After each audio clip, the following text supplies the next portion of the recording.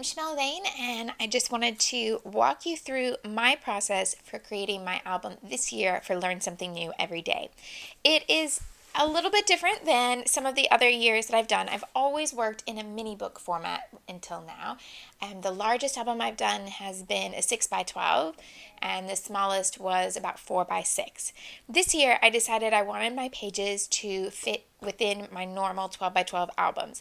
I keep my albums chronologically, so when you get to my 2012 album in September, then all of my Learn Something New pages will be kept there. I don't keep an all-year Project Life or any other sort of pocketed page protector. So in a way, I've kind of taken that aspect, but just for 1 month, and with the specificness of Learn Something New, I've not tried to include every single thing we did all month. I've just focused on the 30 lessons. Now, what I did was I went through the notebook that I kept throughout September, and then I whittled each day's notes and learning down to my individual lesson, and I wrote them all, just jotted them down so that I wouldn't get distracted by everything else I had written in my notebook, because I kept lots and lots of thoughts there throughout the month. So I have 30 days of lessons now, and they're all quite succinct lessons, some a little bit shorter than others, but all just one sentence or phrase. And then I went through my photos to see what kind of picture would go with each lesson. What I tend to do is I use 2 different cameras, and I print those images in 2 different ways. The photos that I take with my normal real SLR camera, I print at 4 by 6. So I've indicated at the end of each lesson if it's a 4 by 6 photo. Then I also take pictures on my phone about when I'm just out and about during the day, and sometimes those were the most useful photos. So I've annotated, and I take pictures in my phone in 2 different ways. Either they're just left as a phone photo and I haven't done anything else to them, so I've annotated that as PP for a phone photo, or I've already edited and processed them into a square image for Instagram, and in that case I've written IG for Instagram. Now I could go ahead and take those PP photos and turn them into square images. I'm just letting myself know that I still have the unedited version of that, and I can have a little bit more leeway with it. So I have this list of my 30 lessons and the photos for each one. Then I'm going to go to some 4 by 6 divided page protectors. Almost all of my 4 by 6 photos that I wanted to use were landscape, so I've decided to go all landscape with the page protectors and just keep that really simple.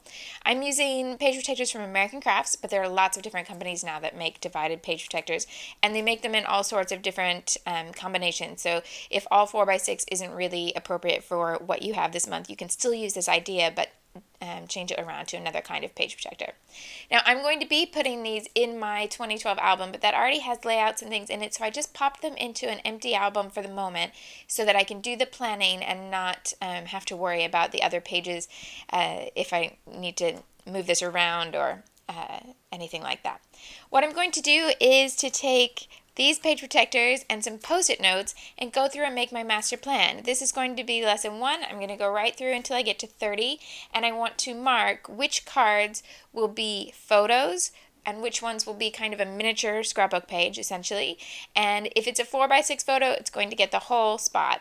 If it's a smaller photo, a square Instagram or something I've taken on my phone, then I'll probably put both the lesson and the photo on one card and with a paper backing.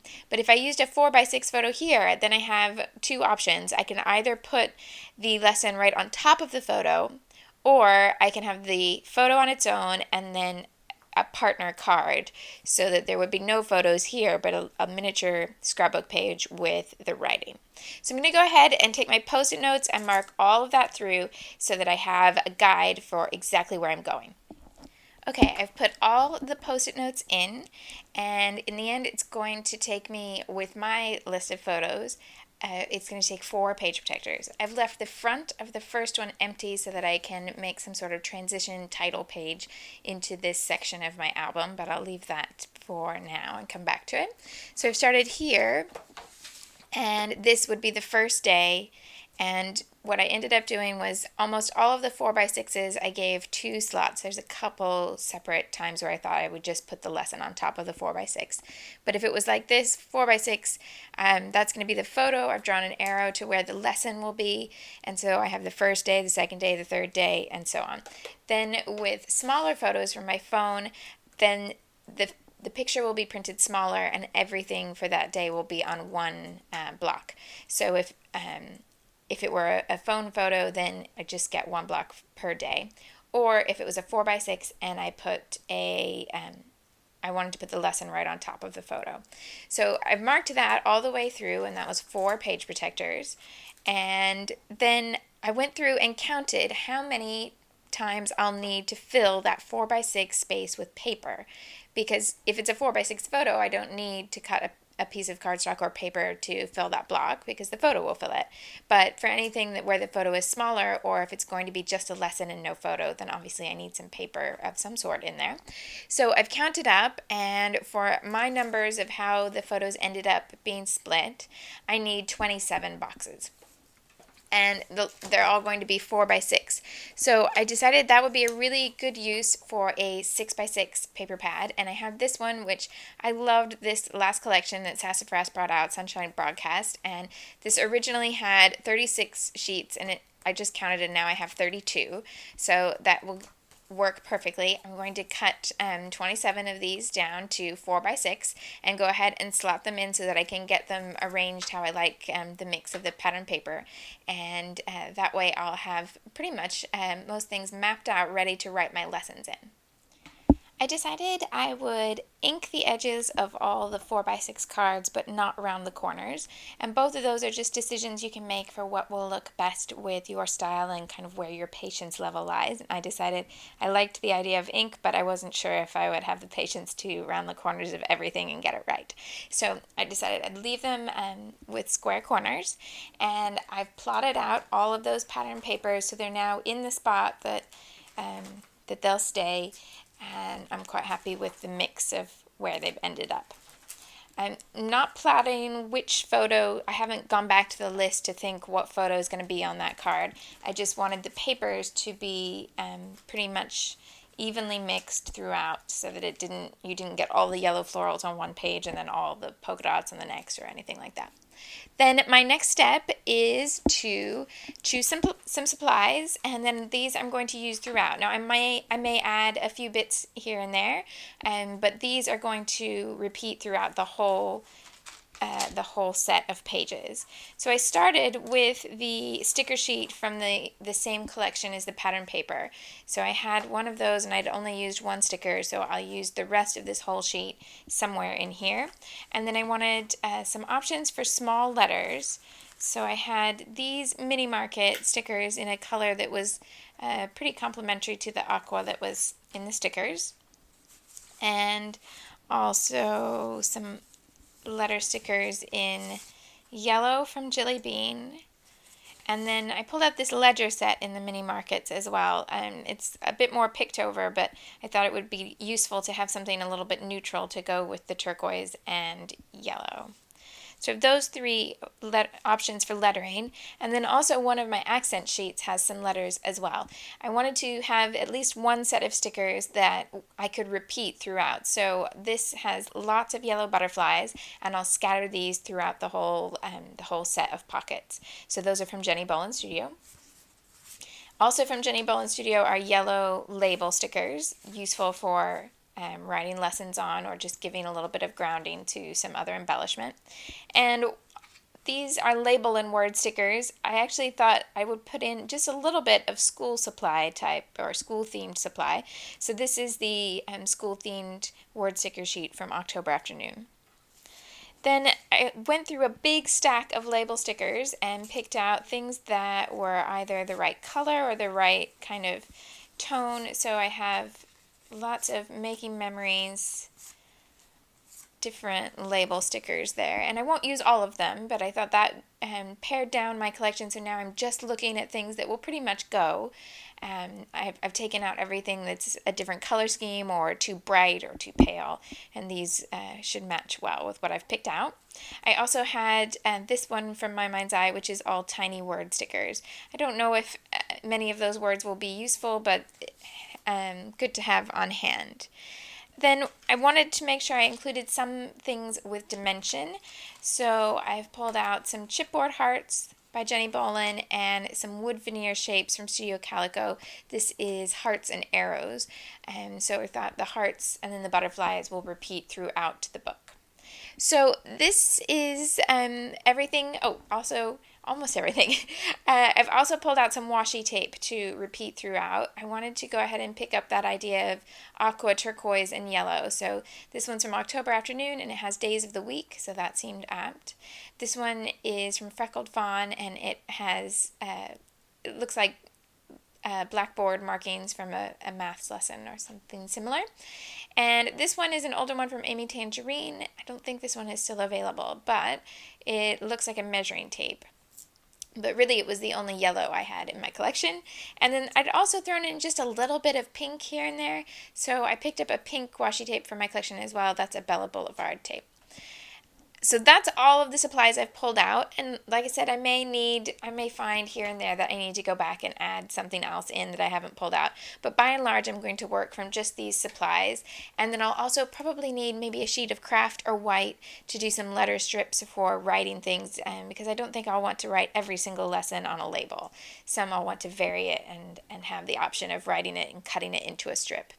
So where I'm going to go with this is I have all of these ready to go. I have my supplies ready to go, and right now I now know that my photos are going to work, so I'm going to order my prints. I decided I would print all of the phone prints at 2x2 squares, and then all of the 4x6 at the standard 4x6 size. That's just going to keep it really simple for me, and I don't have to go through and decide that each photo should be a different size. It's either going to be 2x2 or 4x6, nothing else. And so I'm going to order those right now. And then I'm going to wait for them to come in, and then I'll put everything together. So the reason I wanted to show you this part of the process is that I know that there are many of you who kept notes throughout the month, but you haven't made an album. And this year, I'm in the very same boat. You may have picked up from during the month that we've moved house. It was rather challenging, and I'll tell you that my lesson on the 5th is actually when moving into a new house, it's helpful if the old tenants move out first. So that gives you a little bit of an idea of what happened this month. And so we had everything boxed up to go on the 5th, and the day that we actually ended up in the house was the 21st. So it's a lot longer going out of just an overnight bag than I expected, but you know, that's how things go. So this year I'm making my album now. I'm still definitely in the unpacking and getting everything in its right place, but I've pulled out enough supplies that I know I'll be able to do this. I'm ordering my photos now, and the photo printer that I use, I'll be able to get them tomorrow. So this is going to be my weekend project. I'm going to go ahead and tape everything that I do, and I'm going to be updating it here for you. And the link will be in 2 places. You'll find the link when it gets added. It'll go underneath this video on YouTube. So once there's a new video, you'll be able to click in the description. You may need to click down where it says more info if it's not showing the whole description. But you'll be able to click there as the new videos are added until my book is all finished. And I'll also post it on the forum, but I don't want to keep sending you emails and cluttering your inbox, and now that we are certainly at the end of the class. So if those are of interest to you and you want to join me in creating your crafty side of Learn Something New in a really limited amount of time with limited supplies, I'm going to show you the entire process just from here right to the end. And the other thing that happens slowly when you move house is phone and internet. So that's why I can only update from Monday to Friday, because I have to go to a place where I can use the internet. So I'm going to create and film all this weekend, and then that means I'll be uploading it from Monday, and that magic URL will show up here in the description underneath this video and also on the forum. So I hope you enjoy. I hope you've enjoyed the class. I hope that everything has worked well for you. You've had a lovely learning-filled September, and also, don't forget, there is a little bit of a bonus in that email if you want to join me for a class between now and Christmas, a scrappy class. It's all about mixing old supplies and new. So it's not a philosophy class like this, and it's not a journaling class. It's making pages. Make sure you join with the early bird discount so you can get in at the lower price.